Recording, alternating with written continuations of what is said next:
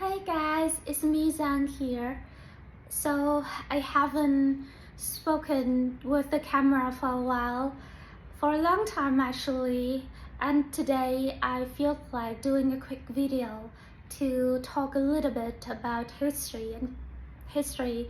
So I've been doing some research on history and current affairs because I just feel like doing it. I've been pretty much into history and current affairs recently, and I think it's useful and it's even the responsibility of each of us as a Vietnamese citizen to know more about history of our country and the world, as well as what's happening in our country and the world around us. So it's very useful.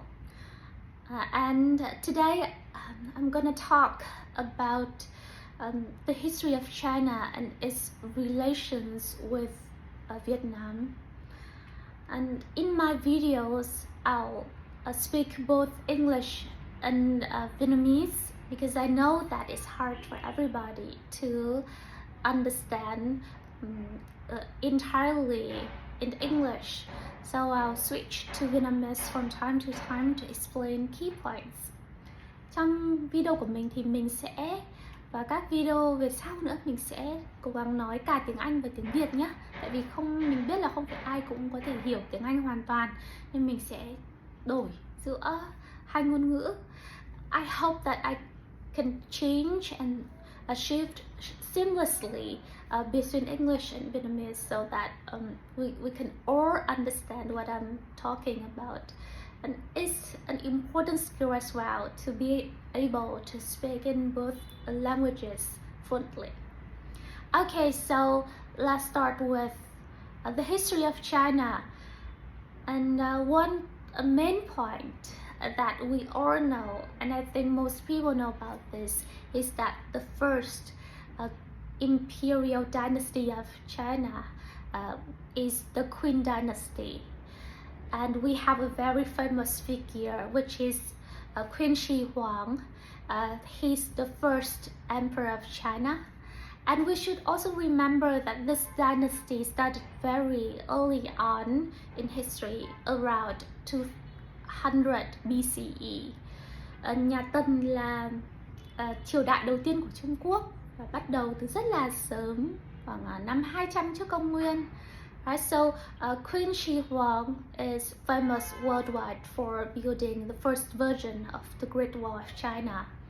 But China hadn't invaded us, Vietnam, until the Han Dynasty, and specifically around, I remember this exact year, which was 111 BCE. The Han Dynasty invaded Vietnam and they started imposing direct control over our country, and they ruled us as a province, a commandery, I think that is the terminology in English.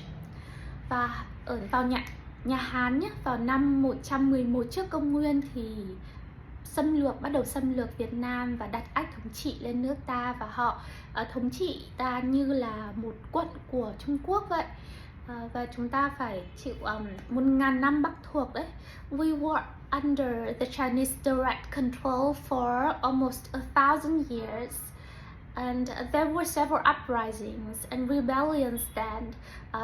The most famous ones were by the sisters Trưng, right, and Lady Chiao, but they were ultimately repressed. But in 939 CE, with the resounding victory of Ngô Quyền, Emperor Ngô Quyền, at Bạch Đằng River, he was able to liberate our country from the Chinese control, and we gained back our independence. But we all know that Vietnam was and is always a small country compared to the big, gigantic and powerful China, our big neighbor. So we still had to recognize China's superiority to some extent, and we had independence back then, but we became somewhat of a tributary state. We had to send gifts and homage to Chinese emperors in exchange for legitimacies and independence. Vậy thì sau chiến thắng của Ngô Quyền thì chúng ta trở thành một nước độc lập, nhưng vẫn bị coi là nước chư hầu của Trung Quốc, và Trung Quốc là một nước lớn và mạnh như vậy mà. Vào thời kỳ phong kiến của họ rất là mạnh và họ có ảnh hưởng rất là lớn đến tất cả các quốc gia nhỏ lân cận, và hầu hết tất cả các quốc gia đều là nước chư hầu của họ. Chúng ta phải cống nạp quà tặng cũng như là công nhận cái sự vượt trội của họ. Right, so in the 15th century, China invaded us again. That was the Ming Dynasty, and they imposed direct rule again on our country, but they ruled us for only 20 years. And with Lê Lợi, the national hero Lê Lợi, and he was able to expel the Ming invaders and gain back for our country freedom and independence, and we came back to the tributary system of China. And then another invasion that was during the Qing dynasty in the 18th century, but again with a decisive victory by Nguyễn Huệ, later known as Emperor Quang Trung. Nguyễn Huệ had a decisive victory as well and expelled the Qing invaders, and we became independent again. So that's some of the main points, the milestones in our relations between China and our country Vietnam in history. I hope that makes sense. Okay.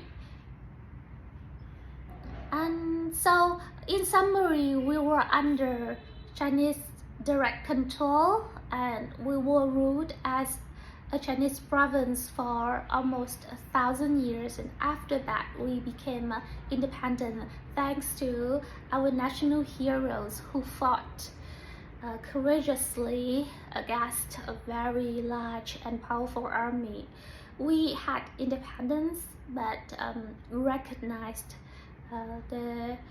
China as a big and powerful nation, that we had to balance diplomacy with our firm sovereignty back then.